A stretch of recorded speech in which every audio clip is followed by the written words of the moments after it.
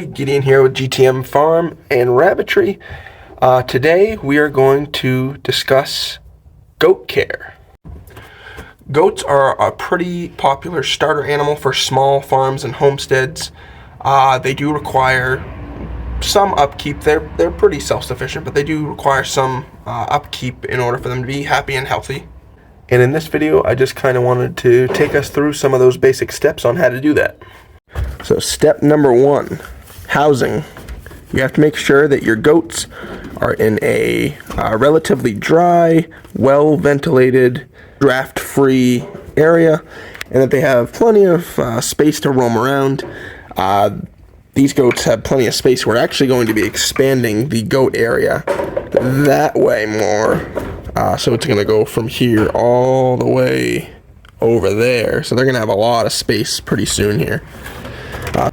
These are the 4 older goats, and then these are the younger goats. That's Sadie, and this is Princess. She's the youngest goat we have right now. She's a sweetie.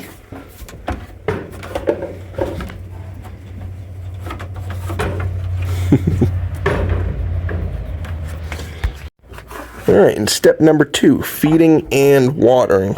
I just actually gave these guys some water. You can't really see because it's dark down there, but what are you doing? That bucket down there is full of water, and mainly they pretty much always have hay, and for food, they have,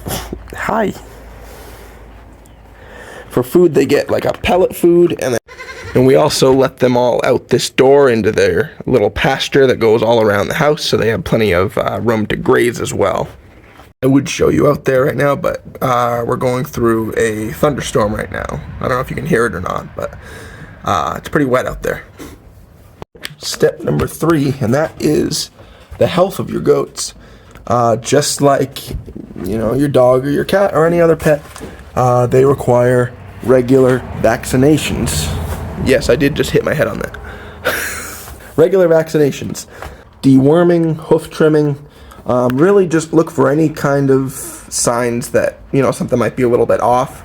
Because you're going to want to contact either the vet that you already have or contact a vet in general, because you want to get anything wrong with your goats taken care of very quickly.